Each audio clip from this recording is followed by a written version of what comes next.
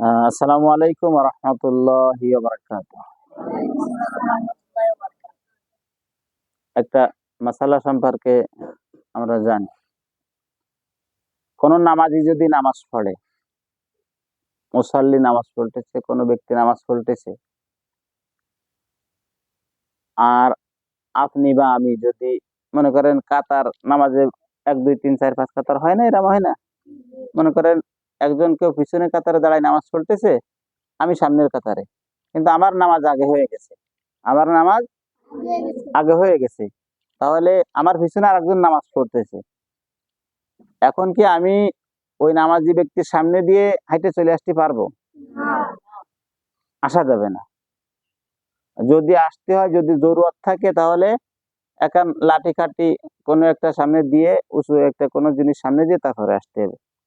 আল্লাহ রসুল সাল্লাল্লাহু আলাইহি সাল্লাম বলতেছেন, যে মানুষ যদি জানতো যে নামাজি ব্যক্তির সামনে থেকে হাঁটাহাঁটি করা বা এরম চলে আসা যে কত বড় গুনাহের কাজ, কত বড় ক্ষতির কাজ, মানুষ যদি জানতো, তাহলে ৪০ বছর হলেও ওইখানে বসে থাকতো, নামাজি ব্যক্তির সামনে দিয়ে কি করতো না? হাঁটা চলা করতো না, যেত না। কত বড় গুরুত্বের কথা, গুরুত্বের কথা না? খুবই গুরুত্বের কথা।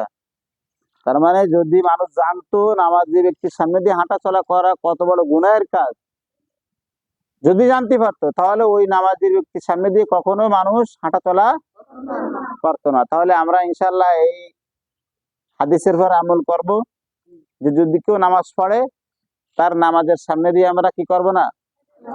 হাঁটে চলা করব না। যদি আমার পিছনে নামাজ পড়ে, আমি সামনের কাতারে থাকি, তো আমি সামনের কাতারে ওইখানে বসে থাকবো। ওনার নামাজ শেষ হবে, তারপর আমি উঠবো, যাব।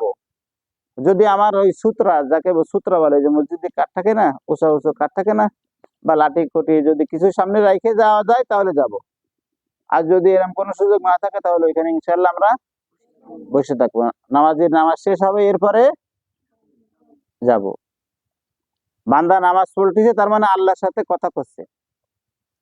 কি করতেছে?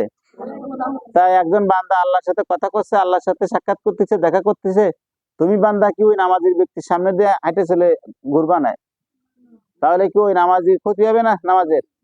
আল্লাহর সাথে যে দেখা করতেছে, সাক্ষাৎ করতেছে, এর ব্যাঘাত ঘটবে না ওইখানে?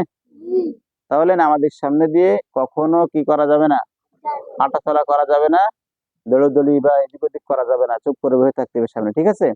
কোনো ব্যস্ততা নাই। যখন আজরাইল চলে আসবে, ব্যস্ততা সব শেষ।